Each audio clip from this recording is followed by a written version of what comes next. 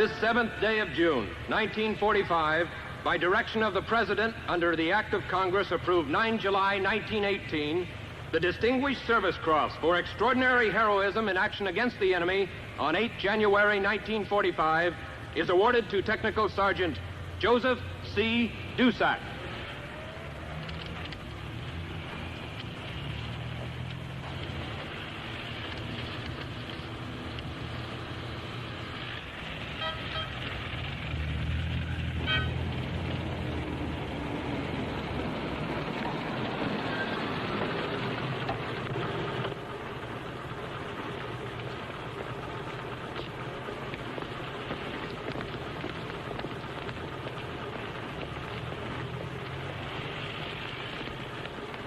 Sergeant Dusak?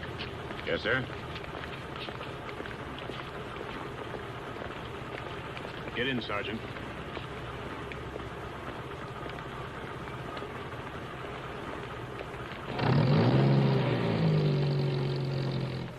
So long, heroes. Hey, Crocker, give old Miss USA a big kiss of me, huh? Good luck.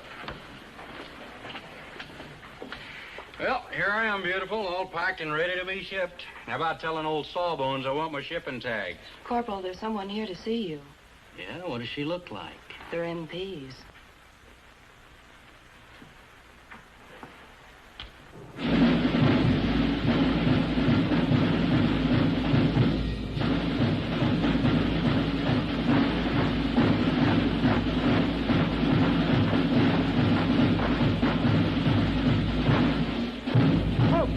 Quinn!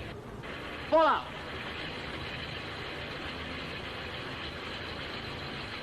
Get in. Admit!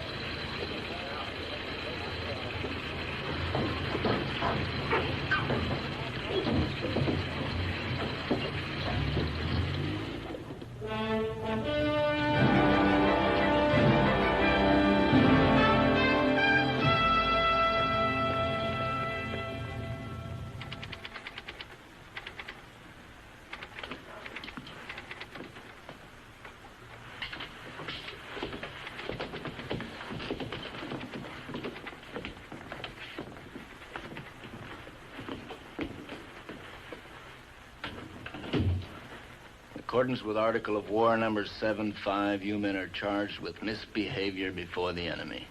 Your case will be tried by General Court-Martial on June 22nd, 1945.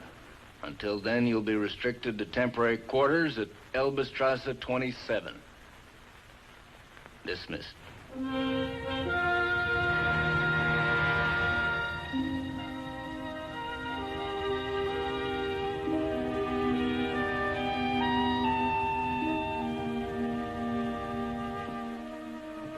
Just ain't right.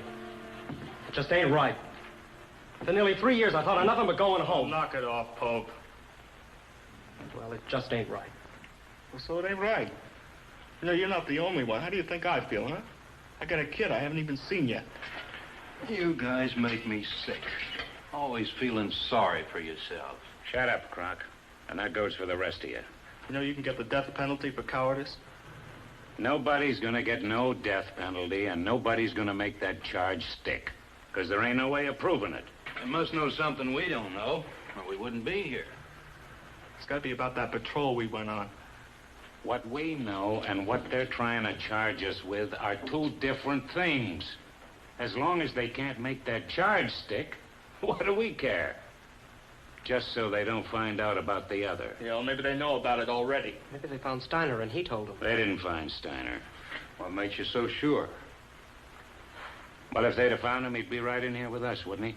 You're forgetting Steiner's a green kid, Sarge. All right, even if they did find him, who would start asking questions about what we know? Maybe he spilled the beans without even knowing. Maybe he was delirious or something when they found him. Maybe he's dead. Sergeant Dusak, put your jacket on and come with me.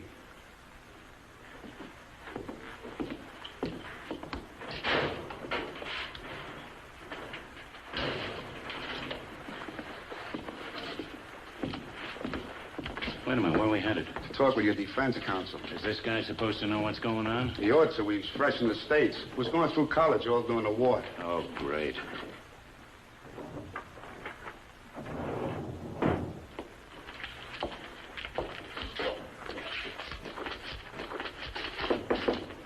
Come in. Sergeant Dusak? Yes, sir. Sit down, please. I'm Lieutenant Rogerson, Sergeant. I've been assigned as your defense counsel. I've been looking over your pretrial investigation. We ain't done nothing wrong. We ain't got nothing to hide. Well, that isn't the way the prosecution sees it, Dusak. You and your men are being charged with a serious offense. Misbehavior before the enemy. And from what I've learned, Captain Lynn has a pretty tight case. On what? On a report you handed in concerning a patrol you led December 12th, 1944. That don't mean nothing to me. I went on lots of patrols. Yeah, I know. We're concerned only with this particular one. This is the one on which the prosecution bases its charges. I don't know what there is to question. I made out a report on it, didn't I? Sergeant, I have a copy of that report right here. So does Captain Lynn. Who is this Captain Lynn? The prosecutor. Do you remember what you entered in this report? Now, how am I supposed to remember what I wrote in that report? I've written reports from the day I entered this man's army. Very well, I'll refresh your memory. 0530, December 12th, 1944. The 4th Squad set out on patrol in the Black Forest to observe enemy movements in area, if any. By 0930, spotted tank tracks and oil spots. Became lost. Found cave, split men to look for company. By night, all returned to cave except Private Steiner. Camped in cave overnight. 0630, December 13th. Searched for Steiner. Found no trace of him. Then set out for company. Located company position 1530. Signed, Tech Sergeant Joe Dusak. Yeah, okay, I remember it. So what is everybody trying to prove? Well, do you remember what happened to your company on the night of December 12th, 1944? They were hit by tanks. Well, Captain Lynn claims the attack could possibly have been prevented. Many lives saved. If your squad had gotten back with the information soon enough. How could we get back? We got lost. The prosecution charges that you and your patrol weren't lost, and that you failed to report to your company to avoid combat with the enemy.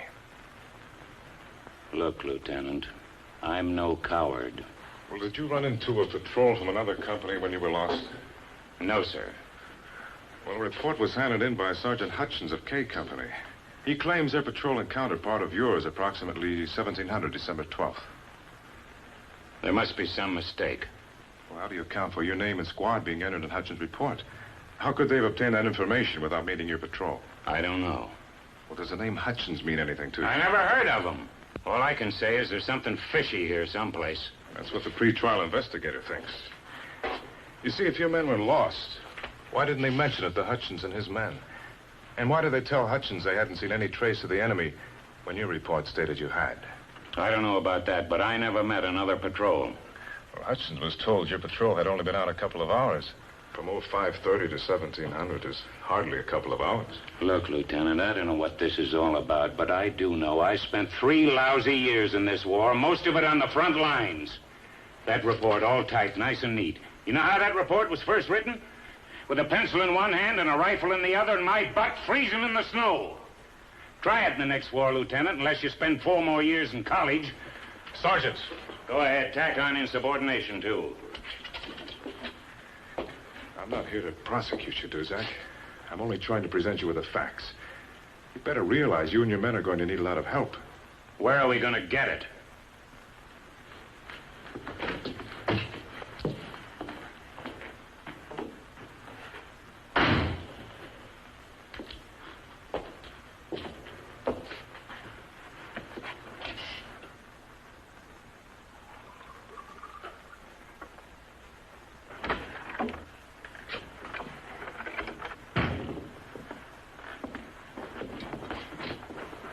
What happened? When we were out on that patrol, did any of you guys bump into another patrol? Pope? Not me. Same here. Crocker? Not this boy. Well, somebody must have. My name and squad was entered in the report of another patrol that was in the forest the same time we were. Look, you guys know anything, you better sound off. The prosecution is claiming we could have prevented that attack on the company if we'd got back soon enough. Look, it's not our fault we got lost. They're saying we got lost on purpose. What we know and what they're trying to prove makes for a pretty good case. Especially when they claim we bumped into another patrol. Tell them we're only out a couple hours, and didn't tell them we were lost. Who would have told them that?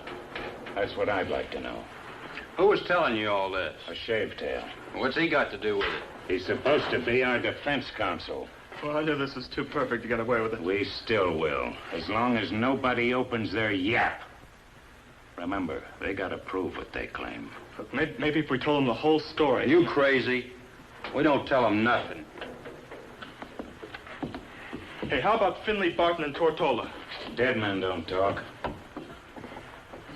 Look, if you remember, when we split up, Finley, Barton, and Steiner went together. Tortola went with me. Hey, that's it, Quinn. Must have been those three that bumped into the other patrol. But why didn't they tell us? Maybe they were too worried about Steiner getting lost. Sure. Yeah, even so, they should have told us. Look, Sarge, they can't blame us for something we don't know. The question is, will they believe us? Why not? It's true. Yeah, we know that. But do they? Maybe they can still find Steiner. He ought to know what happened. All right, say they do find him. He's going to have a lot of explaining to do. He might just say something about the other. Yeah.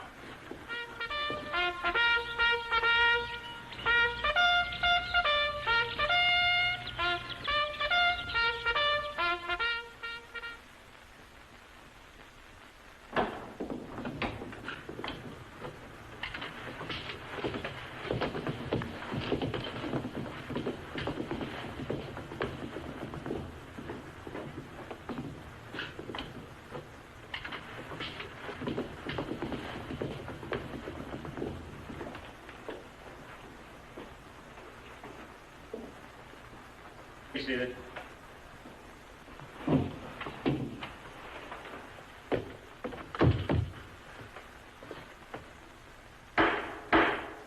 The accused will rise. Will the prosecution proceed? I'll read the charge and specification, sir.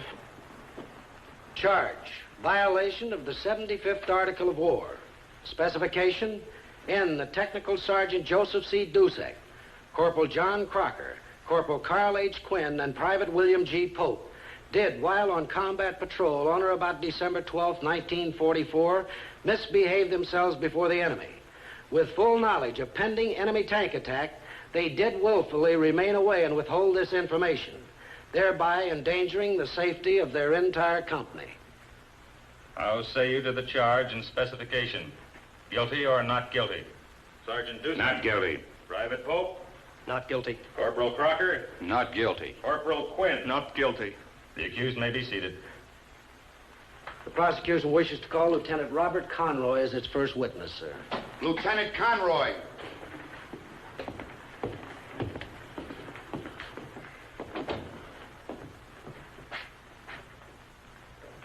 Raise your right hand. You swear that the evidence you shall give shall be the truth, the whole truth, nothing but the truth, so help you God? I do. Please be seated. State your grade, your name, and your organization, please. First Lieutenant Robert Conroy, Headquarters Company, 21st Division. Are you in charge of all combat records, Lieutenant? Yes, sir. What did you find on February 6, 1945? I was in the process of seeing that all the reports were consolidated and made ready for forwarding when I found 2 reports regarding the same situation. Do you identify these as the same reports, Lieutenant? Yes, sir. Would you please read them to the court? 0530, December 12, 1944. 4th Squad set out on patrol in the Black Forest to observe enemy movements in area, if any. By 0930, spotted tank tracks and oil spots, became lost. Found cave, split men to look for company. By night, all returned to cave except Private Steiner. Camped in cave overnight. 0630, December 13th. Searched for Steiner, found no trace of him, then set out for company. Located company position 1530. Signed, Technical Sergeant Joe Dusak, Squad Leader, 4th Squad, C Company. 1600, December 12th, 1944. 2nd Squad set out on patrol in Black Forest for observation. No sign of enemy. Approximately 1700 encountered 3 men. After challenging them, they claimed to be part of 4th Squad of C Company and that a Sergeant Dusak was their squad leader. They said they had not seen any evidence of enemy movements and had been out for a couple of hours. Returned to company 1830. Signed, Sergeant Bill Hutchins, squad leader, 2nd Squad, K Company. Thank you, Lieutenant. I offer these as Exhibit A and B, sir. Will so be entered in the record. Lieutenant Conroy, after you noticed the discrepancies, what did you do then? I immediately checked all of the reports concerning that sector during the time period of December the 12th. What were your findings? On the night of December the 12th, 1944, C Company was hit by tanks from the 16th Panzer Division, which resulted in 60 casualties. Then what did you do? I turned the reports over to my superior, who assigned Captain Omar to investigate the matter. Thank you, Lieutenant. No more questions. Does the defense counsel wish to cross-examine? No questions. Witness excused. The prosecution calls Captain Theodore Omar to the witness stand. Captain Theodore Omar.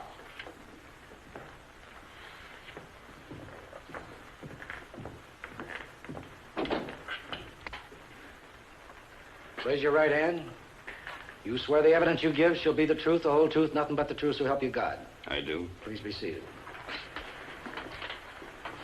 Captain Omar, you were assigned to investigate the conflicting reports. Yes, sir. Would you please tell the court what ensued? The two reports did obviously show discrepancies. First, we checked Sergeant Hutchins' report. Talked to his commanding officer, members of his squad. Neither Hutchins nor his men could have known of Dusak's patrol unless such contact were made as entered in Hutchins' report. Sir, I object. Objection sustained. Captain Omar, please refrain from stating opinions. Proceed, Captain. We then concentrated on Sergeant Dusak's report. We began searching for the cave in which these men claimed to have stayed. We found such a cave approximately 4 miles from the company position. We found a letter there.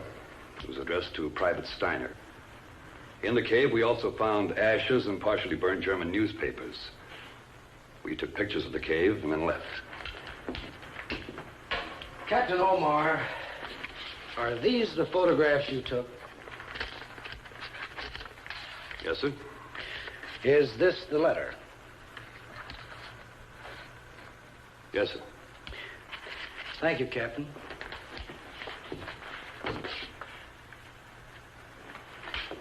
I offer these as Exhibit C and D, sir. Admitted to the record. No more questions. Lieutenant Rogerson, do you wish to cross-examine? No questions.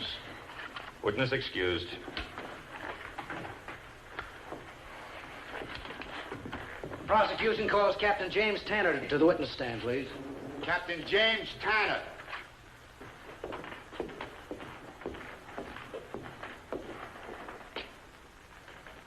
Raise your right hand. You swear the evidence you shall give shall be the truth, the whole truth, nothing but the truth, so help you God? I do. Please be seated. State your grade, your name, and your organization, please. Captain James R. Tanner, Company Commander, C Company. What was your status with C Company on December 12, 1944, Captain? I was the executive officer. Who was your commanding officer at that time? Captain John Byers. Were you aware of the orders given Sergeant Dusak concerning the patrol of December 12, 1944, Captain? Yes, sir. What was the mission of that patrol? Observation of enemy troop movement, if any. What did you do when Sergeant Dusak's patrol failed to return? Before we could fully cope with the disappearance, we were attacked. What was the result of that attack? 60 casualties, including Captain Byers. Captain, would you say those tanks came through the forest? We couldn't tell for sure because of the way the terrain slanted. Is it not true, Captain, when an infantryman spots enemy tanks or evidence of enemy tanks, he would be alarmed? Definitely. Sir, I object. Objection sustained. Captain, what was the reaction of Sergeant Dusak and his men when they rejoined the company on December 13th, 1944? Well, I wasn't there when they first arrived. I was in B Company at the time. The first I talked to them, they had been back an hour or so. I asked them what happened, and they said they'd been lost, and that Steiner was still missing. I told Dusak to make out a report, and he did so. Well, what was said about Private Steiner's disappearance? Nothing. I listed him as missing in action. Without further investigation? We had orders to move forward. And with the wounded being cared for and the replacements coming up, there wasn't time to think of any one thing. Thank you, Captain. No more questions, sir. Does the defense counsel wish to cross-examine? No questions. Witness excused.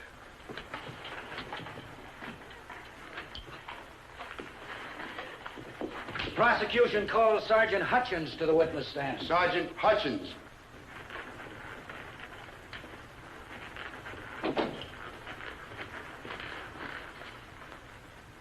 Raise your right hand. You swear the evidence you shall give shall be the truth, the whole truth, nothing but the truth, so help you God? I do. Please sit down. State your grade, name, and organization, please. Technical Sergeant William Hutchins, squad leader, 2nd Squad, K Company. Sergeant, prior to your patrol of December 12, 1944, had you ever met or seen any of the men mentioned in your report? No, sir. Would you please tell the court what transpired when you encountered part of Sergeant Dusak's patrol on December 12, 1944? Well, as we were about to enter a small clearing, we heard laughing. So Excuse me, Sergeant. Did you say laughing? Yes, sir. Continue. We moved in closer and spotted these 3 men. They identified their squad and company, then shot the breeze. Well, that was it. Sergeant, did you hear any other name beside Dusak's mentioned? No, sir. Sergeant, I want you to walk over to the 4 accused men. Take a good look and see if you recognize one or more of the men you talked to.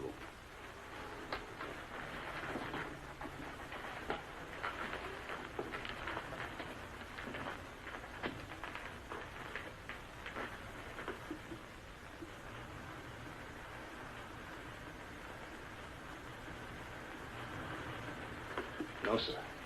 Thank you, Sergeant. Please sit down. These are photographs of the other 4 members of Sergeant Dusak's patrol. Do you recognize any of them?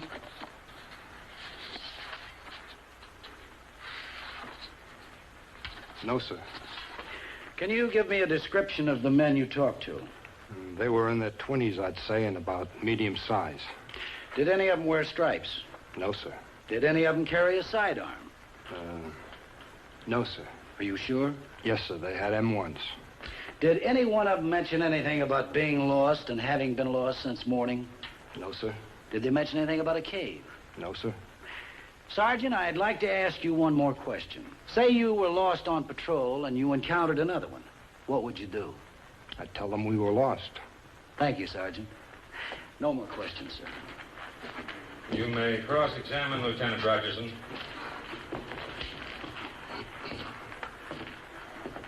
Sergeant Hutchins, was it snowing when you met the 3 men? No, sir. Well, had it been snowing earlier that day? Yes, sir. You still say you don't recognize any of the members of Dusak's patrol as one or more of the 3 men you met that day? Yes, sir. No more questions. Witness excused.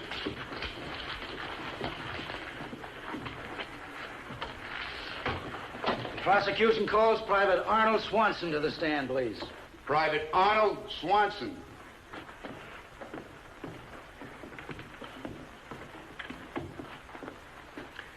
Raise your right hand. You swear the evidence you shall give shall be the truth, the whole truth, nothing but the truth, so help you God. I do. Please be seated. State your grade, name, and organization, please. Private Arnold Swanson, 3rd Squad, C Company. Private Swanson, do you know the accused? Yes, sir. We used to be real good buddies. You said used to. What happened to change that status? Well, ever since they come back off that patrol, they wanted to have nothing to do with me. And with no apparent reason? Yes, sir. Private Swanson, would you tell the court the conversation you overheard between Corporal Crocker, Private Finley, and Private Pope? Well, I was relaxing one night. That is, if you want to call what I was doing relaxing. And I overheard Croc telling me... Excuse me, Private Swanson. Are you referring to Corporal Crocker? Yes, sir. I see. We call him Croc, for short. Well, anyways, Croc and Willie and Fins were sitting just a toad's jump and a hop from me, and Croc was telling them a bunch of... Private Swanson. Yes, sir.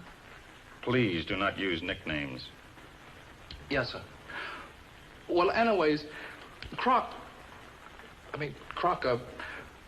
was telling them to lay low tomorrow and not to stick their necks out like they did earlier in the day.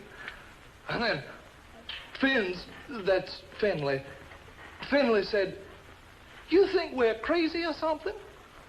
And then Private Pope, he said, "You don't need to worry about me, Croc." And that's what he said, sir. He said Croc. He didn't say Crocker. He said Croc. And I've been sworn to tell the truth. Go on. Well, anyways, Finley says, "From now on, let the suckers be the heroes."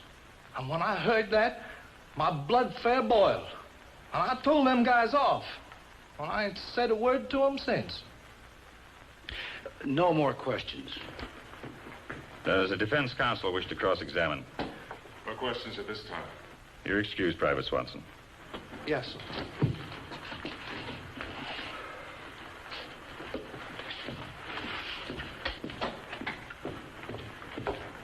Sir, Private Swanson stated that the accused said they weren't going to take any more chances.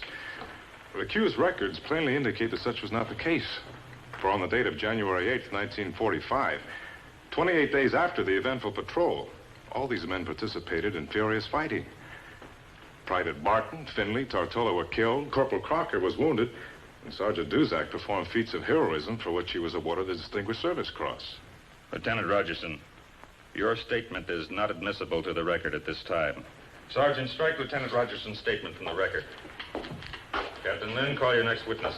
The prosecution has no more witnesses, sir. Lieutenant Rogerson, you may call witnesses for the defense.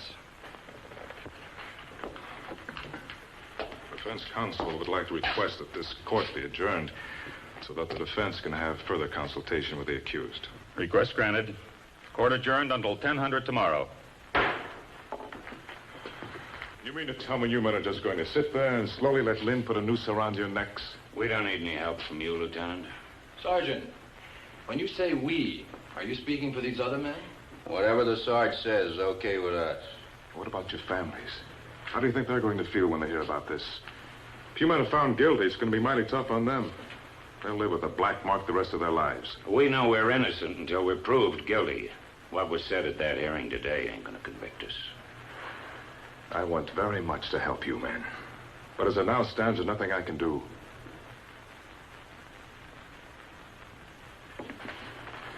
I don't know what it is, but I know you're holding something back. And I'm sorry.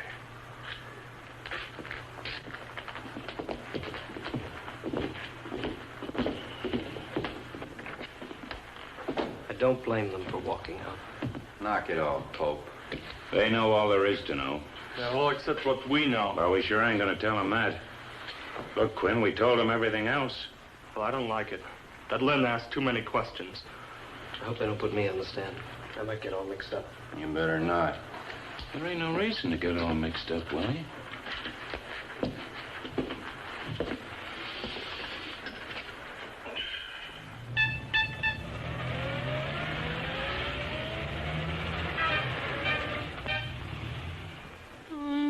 Ich wollte gerne treu sein, so wirklich, richtig treu sein. Wie fängt man das nur an?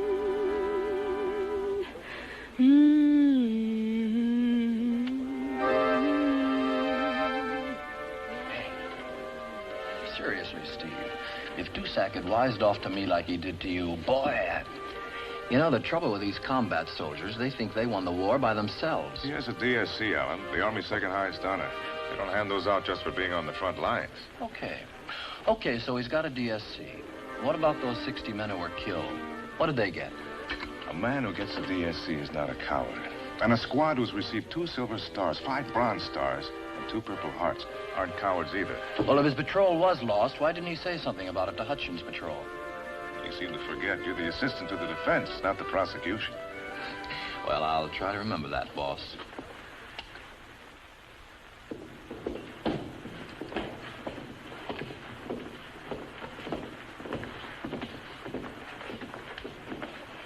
Sit down. Lieutenant Rogerson, you may call the witnesses for the defense. Sir, there are no witnesses. Do the accused wish to take the stand under oath in their own behalf? The accused do not wish to take a stand.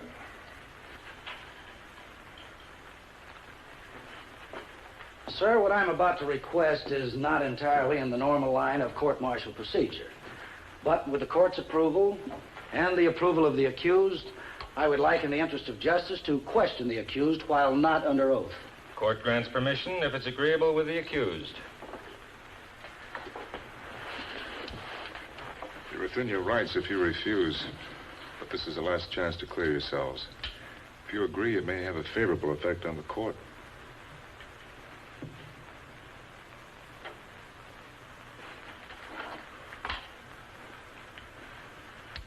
All right. Sir, the accused have decided to give unsworn testimony as requested. Will Sergeant Dusak please take the stand?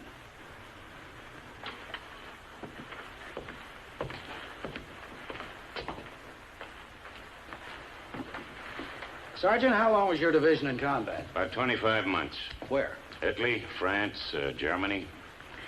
Sergeant, according to your reports, you and your patrol spotted enemy tank tracks and oil spots at 0930 the morning of December 12th, 1944. Yes, sir. Was your entire patrol with you at the time you spotted the tracks? Yes, sir. What were the weather conditions? Snow and cold. Aside from the tank tracks and the oil spots and your footprints, did you notice any other evidence of footprints or vehicles? No, sir. Well, Sergeant, then why couldn't you and your men retrace your own footprints? Sir, it was snowing. Footprints don't last long when it's snowing. Well, that being the case, Sergeant, why didn't it cover the tank tracks and the oil spots? Well, I think it began to snow after we started back. I can't remember. All I know is we got lost. Very well, Sergeant. But after you thought you were lost... I didn't think we were lost, Captain. We were lost. What did you do then? Tried to find our bearings. And when you couldn't find your bearings, what happened? Well, we stumbled onto this cave. Went inside to get out of the cold. Then what'd you do? Broke out some K rations. What time would you say this was, Sergeant? In the afternoon. Before 1700? Yes, sir. After you ate, what happened? After we ate, I decided to split the men into groups to look for the company. I told them to use the cave as a focal point and to mark their way so they wouldn't get lost again. If by dark they couldn't locate the company, they were to come back to the cave. How did you split the men up, Sergeant? Crocker and Pope, Quinn and Tartola, Barton, Finley, and Steiner. I went alone. Well, what made you decide to put 3 men in one group and you go alone? The men chose their partners. Steiner was left. I didn't want him tagging along with me, so I sent him with Finley and Barton. Oh. Didn't you get along with Steiner, Sergeant? Kids like Steiner should be home with their mothers, not fighting wars. He was green as they come. Isn't that part of your job, Sergeant, to show these kids what to do? Yes, sir, but Steiner just couldn't seem to do anything right. He was an 8-ball. By whose standard? By mine. Sergeant. No matter what you told him to do, he goofed it. Very well, Sergeant. After the men set out to look for the company, what happened? By night, everybody was back, except Steiner. I asked Finley and Barton what happened to him. They said he must have got lost. Is that all they told you? Yes, sir. Didn't it seem odd to you, Sergeant? 3 men leave together and all of a sudden one gets lost? That's all they told us. Did Barton and Finley mention anything to you about bumping into Hutchins' patrol? No, sir. What did you decide to do about Steiner's disappearance? It was dark. I wasn't about to send men out into an area we weren't familiar with to look for him. When did you look for him? Early the next morning, but we couldn't find him. Getting back to that night in the cave, did you build a fire? Yes, sir. In other words, Sergeant, you knew Steiner was lost, but you and your men sat around a nice, warm fire. Just because he got lost was no reason for the rest of my patrol to freeze. He could have found the company for all I knew. What kind of a sidearm were you carrying? A .45. Were any of the others carrying a sidearm? No, sir. What did they carry? M1s. Were you carrying any other weapon? Yes, sir, a Tommy gun. According to your record, you were issued another .45 on January 12th, 1945. What happened to the one on this patrol? I lost it.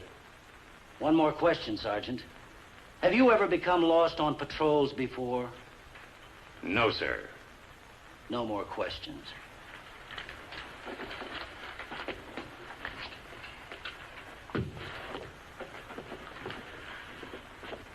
Will Corporal John Crocker please take the stand?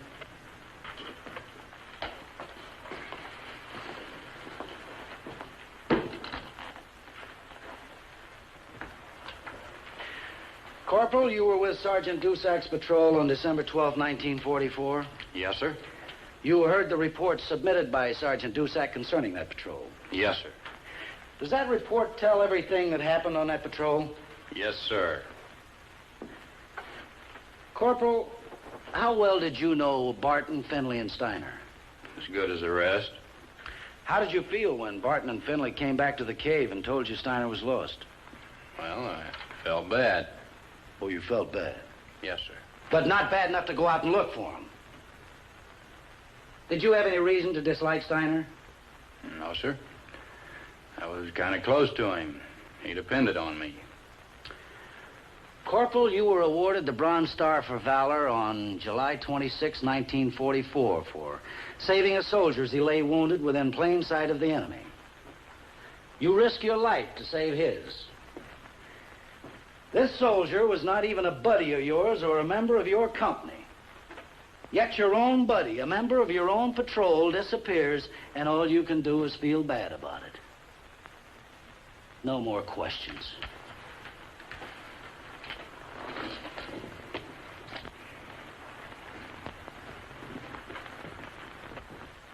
Corporal Carl Quinn, please take the stand.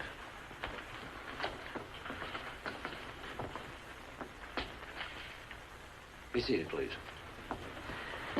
Corporal, you've heard the report submitted by Sergeant Dusak. To the best of your knowledge, would you say this report includes everything that happened on that patrol? Yes, sir. When you men split up to look for the company, was it still light out? Yes, sir. Was it still light out when you came back to the cave? Oh, it was just about dark. Mm-hmm. Who was there? Everybody but Finley, Barton, and Steiner. What time would you say Finley and Barton returned to the cave? I don't know. How did you feel when they told you Steiner was lost? Well, naturally, I felt bad. But I wasn't thinking of taking off and looking for him because I had no desire to be a hero, if that's what you're getting at. No more question.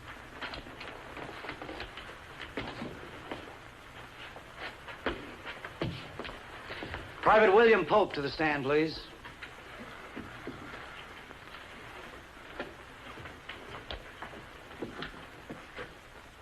Be seated, please. You have heard the report submitted by Sergeant Dusak? Yes, sir. Does it include everything that happened? Yes, sir. No more questions. You're excused. The prosecution wishes to call Captain Omar back to the stand. Captain Omar. Gentlemen, what Captain Omar has to say will shock everyone in this room, with the exception of the accused. Be seated, Captain. Would you please read the communique you received this morning and have since confirmed with the Criminal Investigation Division? Yes, sir. It reads, we found the remains of a body approximately 1 mile from the cave. The person had been dead about 7 months. A check of the denture of the deceased proved the remains to be those of Private Jules Steiner. A .45 caliber bullet was embedded in the back of the skull and had been fired at very close range. And only one man on that patrol carried a .45, which was later lost. And only one man was alone on that patrol. That man being Sergeant Joseph C. Dusak. Sir, I object. The information just given is not admissible in this case, since Private Steiner's death has no bearing on the charges made against these men. Objection sustained. Strike the testimony from the record. You may continue, Captain Lynn. No more questions, sir. Witness excused.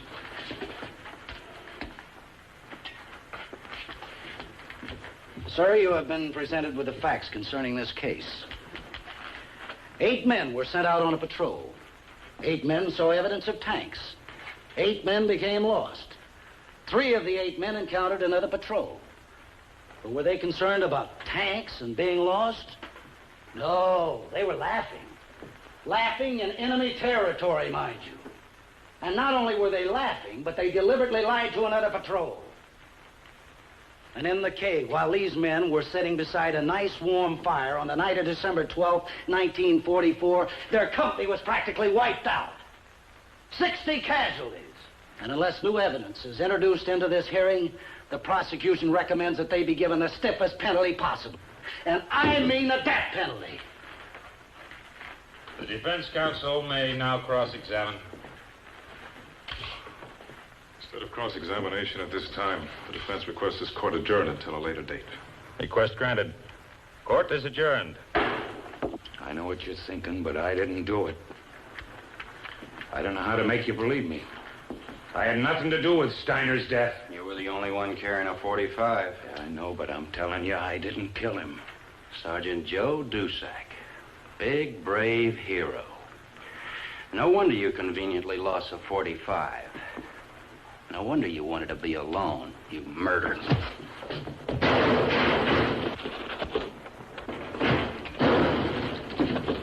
Great.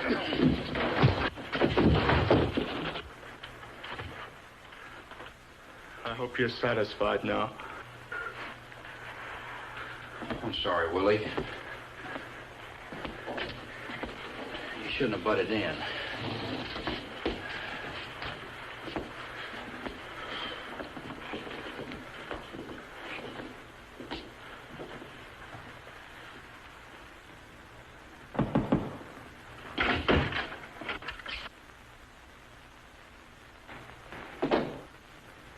The court reconvenes tomorrow at 10:00. I don't think I have to tell you how bad it looks. I want to believe you're innocent, but what I believe and can prove are two different things. I want to see you men go home heroes, not branded as cowards or murderers. All I ask is something to fight with. Lieutenant, as far as the charge goes, there just ain't no more to be told. As for Steiner being killed, Dusak's the man they want, not us. And I say I didn't kill him. Well, we sure didn't do it. All we had was M1s. You're the one that had the .45. I didn't kill him. How many times do I have to tell you? Corporal Crocker, the charge is enough in itself to put all of you in front of a firing squad. We ain't no cowards, and we sure ain't no murderers. What about our combat records? Don't they mean nothing? What about the sergeant's combat record? It's more impressive than any of yours, yet you accuse him of murder. Why don't you men stop fighting among yourselves and give me the information that may save your lives?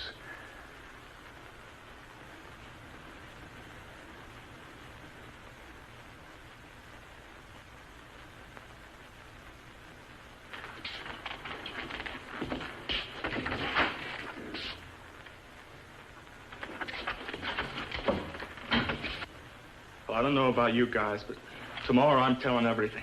It's not worth what we're going through. You ain't gonna tell nothing. Oh, no? Well, you just wait and see. I'm warning you, Quinn. You open your mouth hit and me. I'll... Go on and hit me. You tell them that and we'll hang for sure. The way I look at it, we're still gonna hang.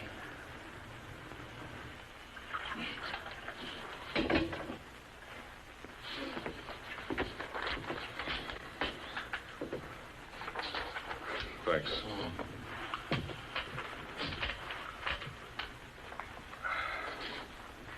Two things just don't go together. What two things?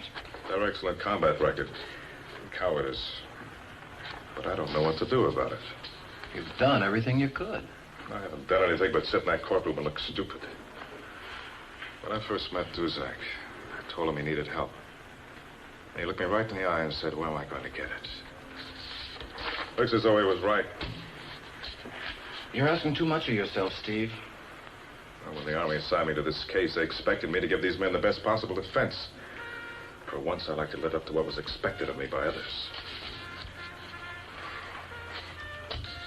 When I was a kid, I was expected to do things just like my older brother had done. But I never could. Tried, but I never could. When I went to school, my family expected me to be an all-American tackle just because I was big. I never made first string.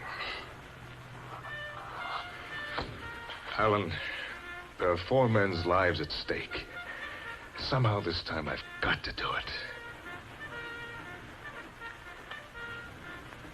Well, I guess I'll try and get a little sleep.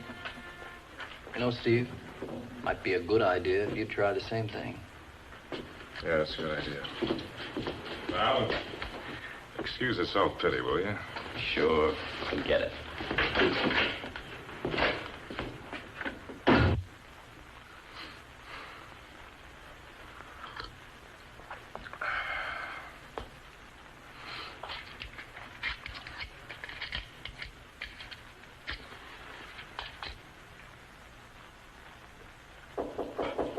Come in. Oh, sir. There's something I want to tell you. Like Sergeant Dusak said, after we spotted the tank tracks and oil spots, then we got lost. Well, then we found this cave. Be tight.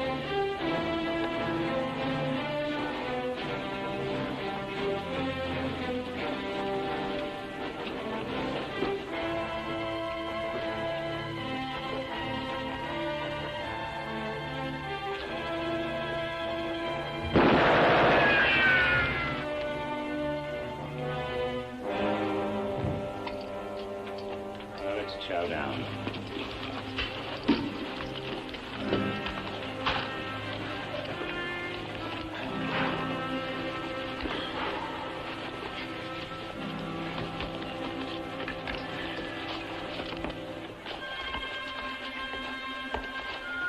Steiner, cover the entrance.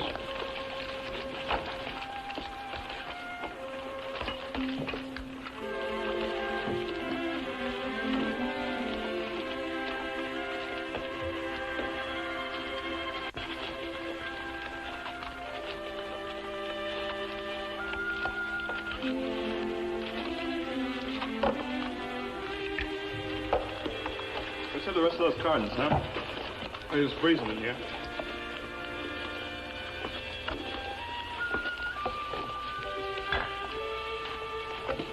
Boy, that feels good.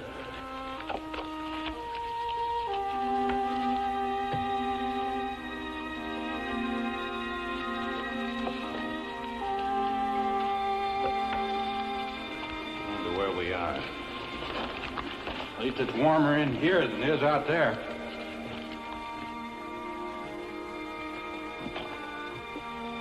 As soon as we chow down, we'll split up. Maybe someone can get back to the company. Use this cave as a focal point. Each group march their way. If you don't find the company before dark, come back to the cave. I'm worried about those tank tracks, Sarge. The company will never expect tanks from out of this forest. Yeah, I'm worried about that, too. That's why I'm going to split the men up. Boy, my feet are freezing, Croc. Don't you ever do nothing but complain, Steiner? I'm sorry, sir. Not, sir. Sergeant! How many times do I have to tell you that? I don't mean to complain all the time, Croc. I mean, Corporal, but, well, I've always had trouble with my feet getting cold. You just got to get used to it, Steiner. Corporal? Yeah? Why does the Sarge hate me? He don't hate you, kid. He just wants to make a man out of you.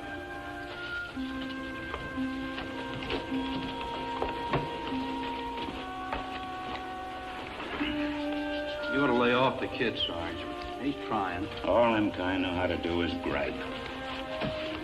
Barton, relieve Steiner.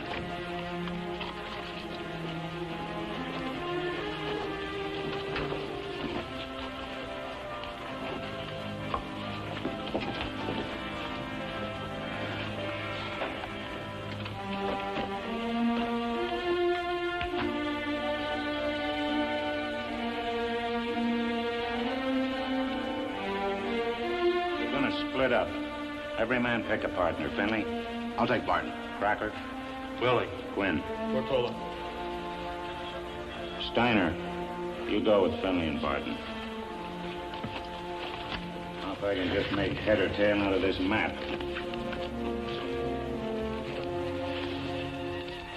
Look, Croc. Something's burning.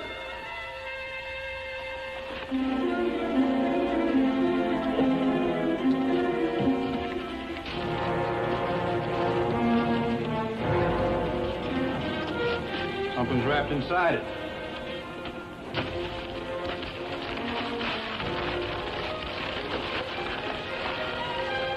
You guys see what I see?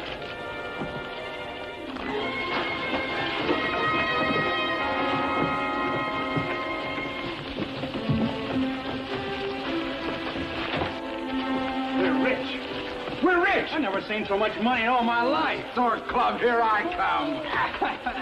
What are we going to do with it? What are we going to do with it? Are you crazy or something? We got a chance to be rich, and Willie said, what are we going to do with it? And when we counted the money, there was over $600,000. We couldn't believe it. The Sarge said some rich kraut must have hid it there to keep it from falling in the hands of the Gestapo. He said they did a lot of that. So, then we divided up the money. We each got $75,000. The Sarge said we couldn't take it along, so we decided that each man would hide his share where the others couldn't find it. And we were to keep it a secret until we got discharged. Then we were coming back to get it. So when we hid out for the company, each man hid his share on the way. Did any of you take any of this money with you? I don't know about the others. I took $300. So he gave me these last night. Did you men know that all spoils of war become the property of the United States? We didn't know much of anything, sir. Except we were rich and wanted to hurry up and get the war over. Which one of you bumped into Hutchins' patrol? It must have been Barton, Finley, and Steiner. And all Barton and Finley told us when they got back was that Steiner got lost when he was burying his share. That's the truth. Every bit of it. Do the others know that you volunteered this information? No, sir. I waited until they were asleep. Why did you decide to tell us? On account of the Sarge, sir. The Sarge is a brave man, and it isn't right for everybody to think that he killed Steiner. He wouldn't do that. Is that all, Private Fof? Yes, sir. Except...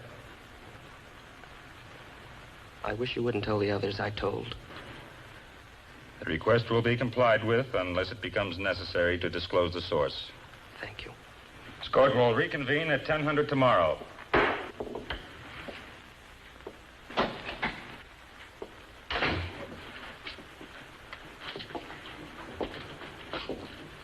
The MP said you wanted to see me. That's right. What about? You. Sergeant, they tell me once a man lies, he'll lie again. Do you believe that? Yeah, I guess so. Have you told the court everything there was to be told concerning that patrol? There's not one lie in my report.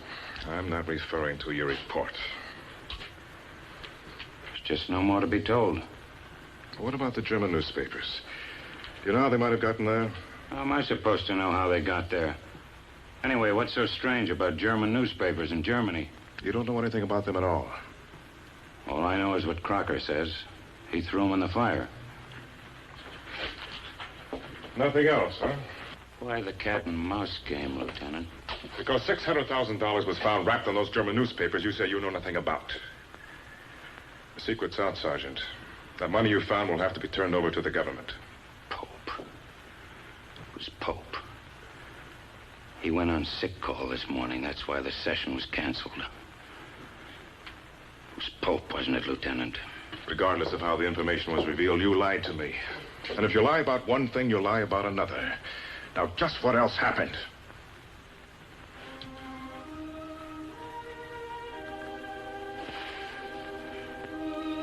I had big plans.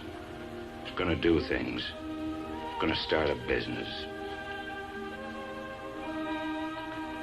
You know what it is to go through life a failure? I do. I had nothing when I went into this war. No, I'd have nothing when I got back. I hated the world and everybody in it.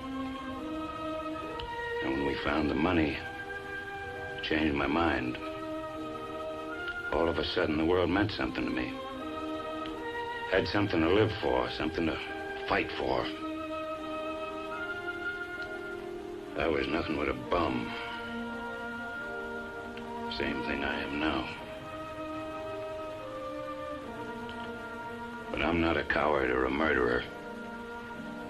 I swear I know nothing about Hutchins' patrol or Steiner's death.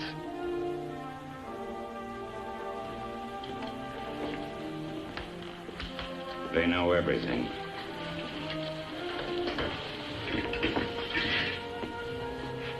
Allude to? I said everything.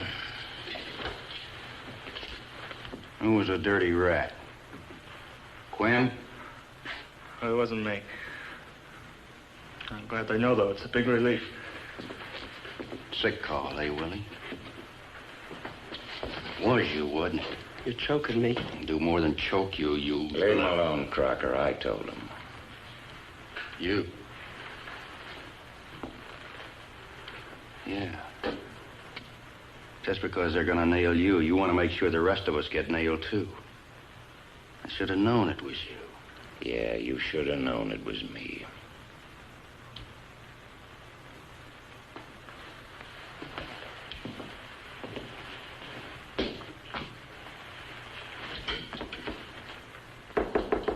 Come in.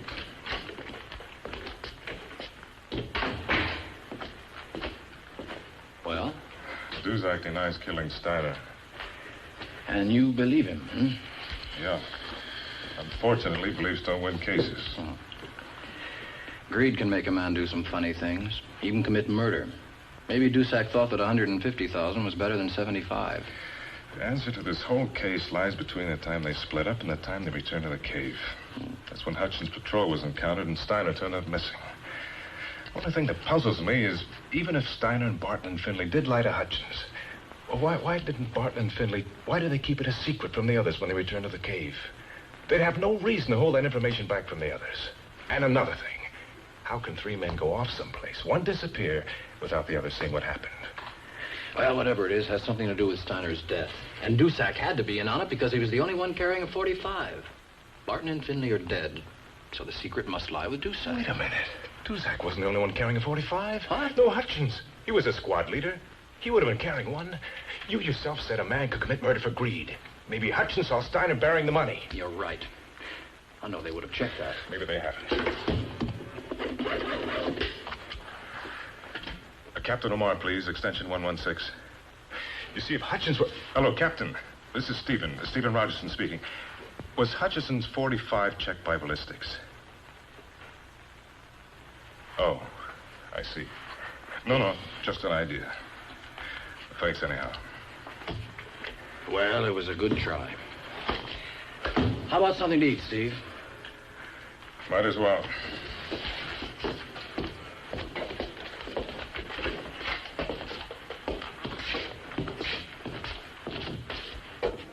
Auf Wiedersehen, ich muss gehen, bleiben kann ich bei dir nicht.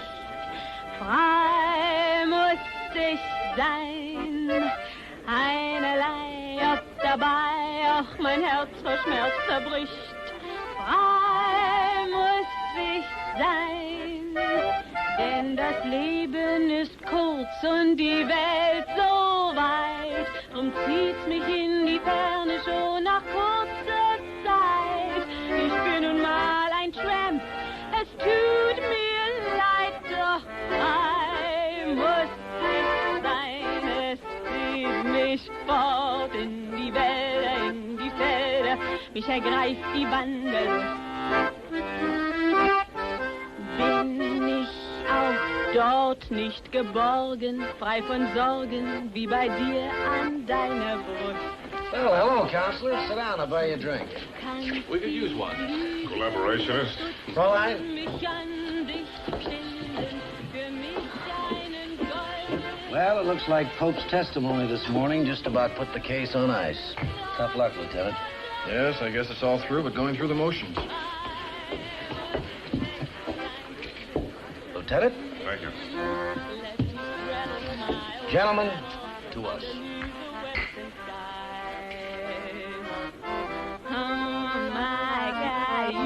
Let me wander way out yonder till I see the mountains rise.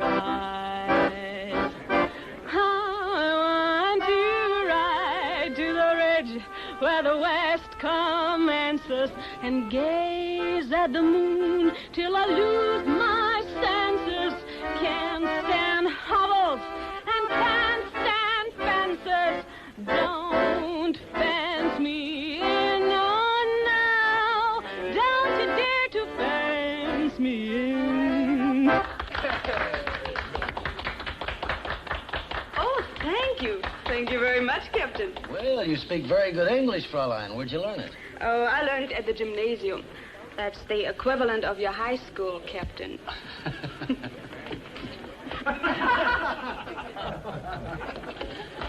Drink up, Alan. Will you excuse us, Captain? I just remembered there's something I didn't do. Sure. Come on. Thanks for the drink. See you later. Bye.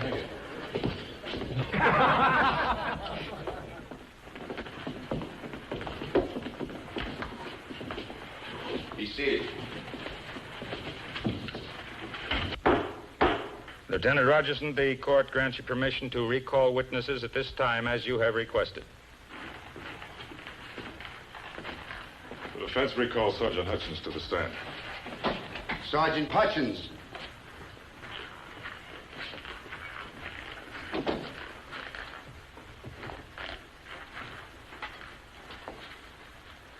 Sergeant, when you and your patrol supposedly encountered part of Sergeant Dusak's patrol, did you hear their laughter before you actually saw them?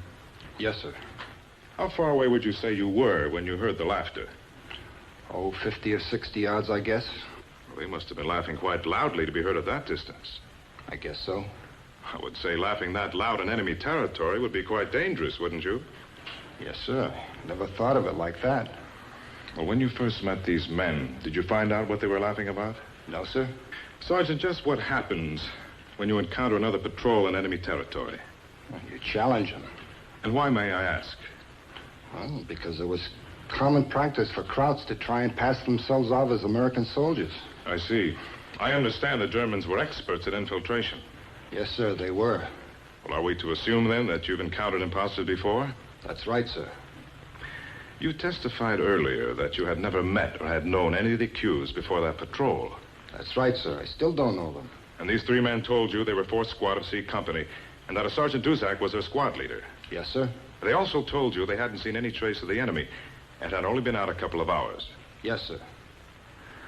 Since you previously stated that you had never seen or heard any of these accused before the meeting, wouldn't the fact that you thought these men were telling the truth be merely an assumption? Well, I guess you might say it was, sir. Well, why were you so sure that these men with whom you talked were Americans? Well, by some of the things that were said about the States and identifying their company, which we knew to be in that sector. Well, couldn't the conversation regarding the States be common knowledge? I'd say so. And couldn't it be possible that the Germans could also have known what companies were in that sector? Yes, sir. But they couldn't have known the squad leader and squad. Well, neither did you. They could have given any name and squad number, as long as they knew the company. And you would never know the difference. Oh, they were Americans, sir. That I'm sure. Well, in that case, there had to be 3 of these 8 men. And you can't identify any of them. Well, as I said before, sir, it's kind of hard to remember a face you only seen once. Then I ask you again to try and recall every detail of that meeting, no matter how small it may seem. Were there any physical characteristics that stood out? Anything? Scars, something of that nature? I do recall something, sir. Yes, Sergeant? One of them had a discolored hand. Looked like frostbite. Are you sure? Yes, sir. Well, can you remember which hand? It was his right hand, sir. His right hand. Oh, thank you, Sergeant. Does Captain Lynn wish to cross-examine the witness? No question, sir. The witness is excused.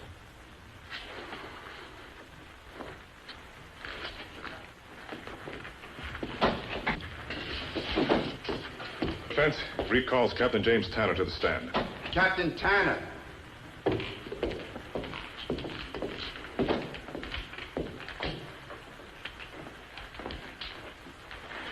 Captain, when Sergeant Dusak's patrol departed, did any of the 8 men have a discolored hand? No. When the squad returned, did any member require medical aid? No, none, Lieutenant.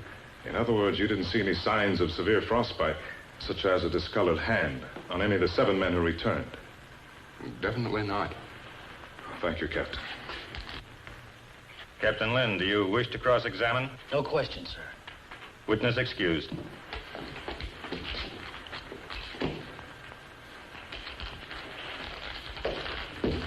Sir, it is the belief of the defense counsel that the 3 men with whom Sergeant Hutchins talked were not members of Sergeant Dusak's patrol, or even members of the American Army, but Germans impersonating United States military personnel. Therefore, the defense requests this court adjourn until full investigation can be made of the captured records of the enemy troops engaged in that sector at that time. Request granted. This court is adjourned until further notice. The 12th. 12. Here it is. The record shows 2 panzer divisions in that sector at that time. The 9th and the 16th.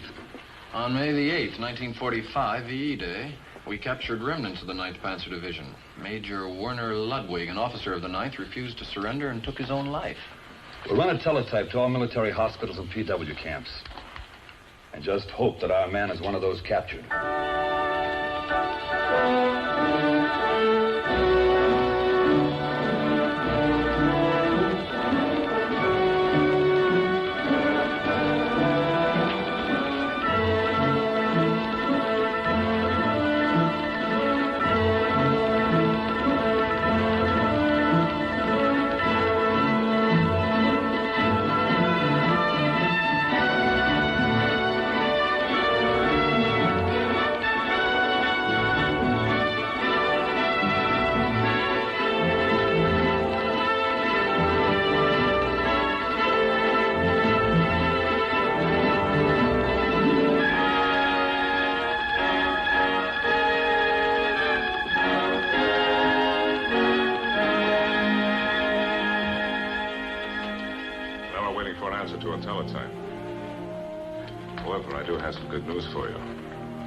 Von Strobel, commanding officer of a 16th Panzer unit, was questioned in Wiesbaden.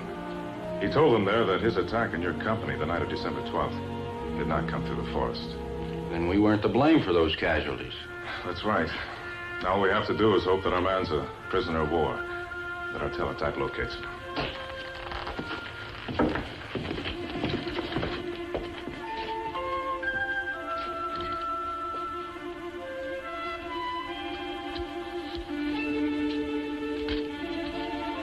Attention, Captain Ted O'Mara from Commanding Officer Compound 34, Liverpool, England. Lieutenant Carl Stagg, a tank commander in the 9th Panzer Division, intern in this camp, age 26, medium build, captured January 2nd, 1945. Right hand amputated due to frostbite. Please advise.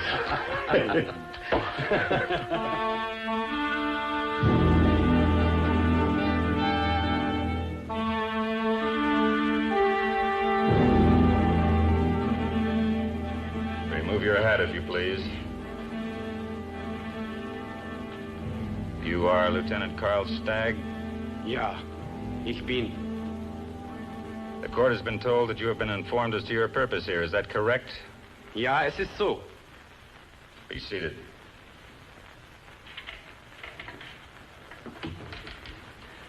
You may proceed, Lieutenant Rogerson.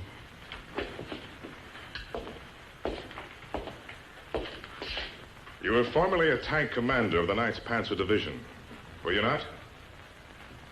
Ja, ich war. With the court's permission, I'd like to have Sergeant Hutchins called in to identify Lieutenant Stagg. Permission granted. Call Sergeant Hutchins.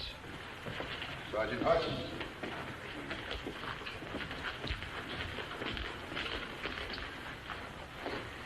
Sergeant, is this one of the men you met on patrol? This man's hand was amputated due to frostbite. Try and picture the man whose hand was discolored. I'd like to. It was freezing cold, sir. The men we saw were all bundled. I just can't be sure. Thank you, Sergeant. You're excused.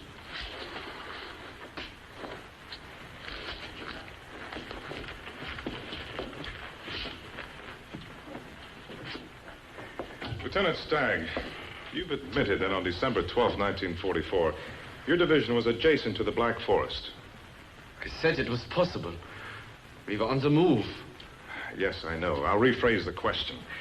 Were you in or near the Black Forest on December 12th, 1944?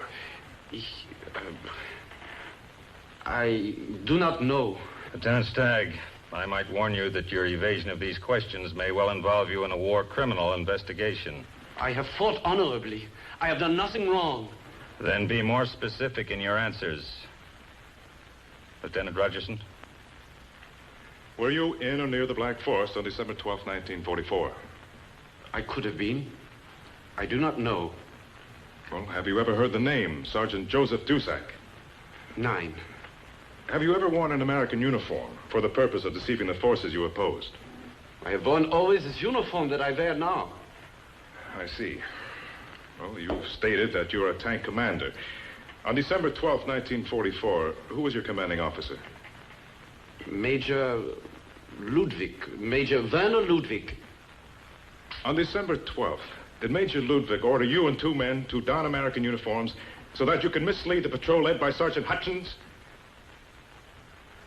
Under international law, I am Court entitled... is capable of judging your rights under international law. Answer the question. Very well. Major Ludwig issued no such orders to me.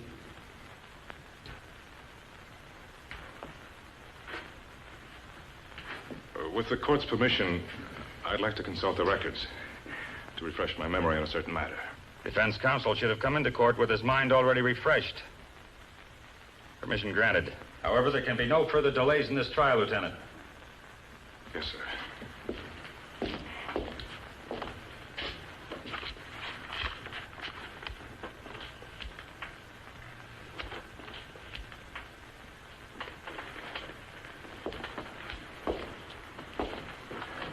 Lieutenant Stagg, you stated that on December 12th, Major Ludwig did not order you to change into an American Army uniform. Yeah? Does the Herr Major state that he did in that report? No, he doesn't. Lieutenant Stagg, do you wish to change any of the testimony you've just given? Nein. Why should I?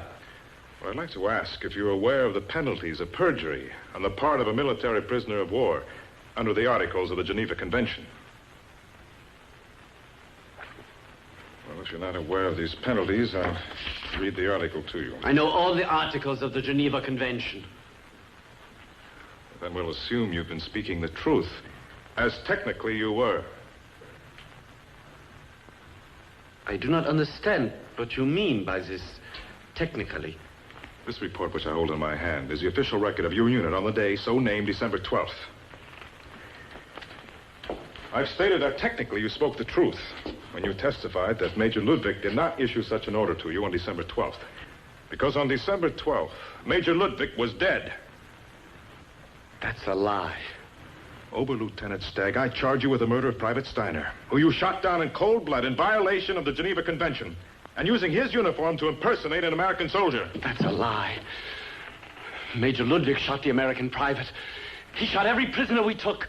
But Major Ludwig was dead. That report lies. Major Ludwig didn't die till VE Day, when he killed himself with his own hand rather than surrender to you Americans.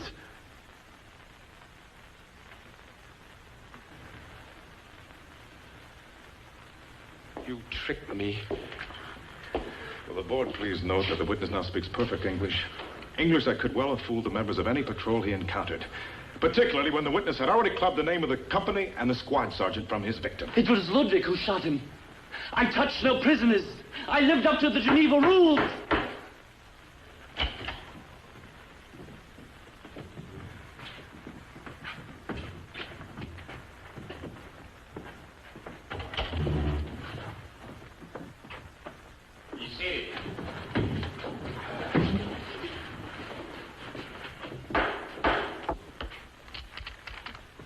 The accused will please rise. Upon secret written ballot, each of the accused is found not guilty. However, a last word of advice. Greed has been the downfall of many a man. I hope what has happened to you will serve as an example and help you in years to come to become as good citizens as you have been soldiers. Court is adjourned. Attention!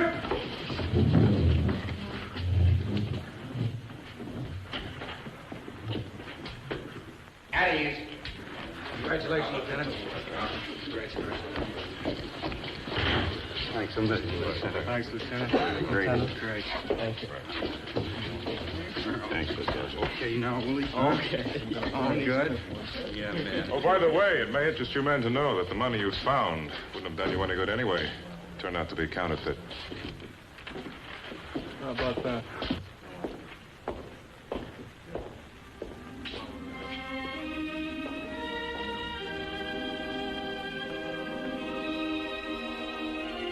That was the last time I ever saw him. Lieutenant Stephen Rogerson, counsel for the defense.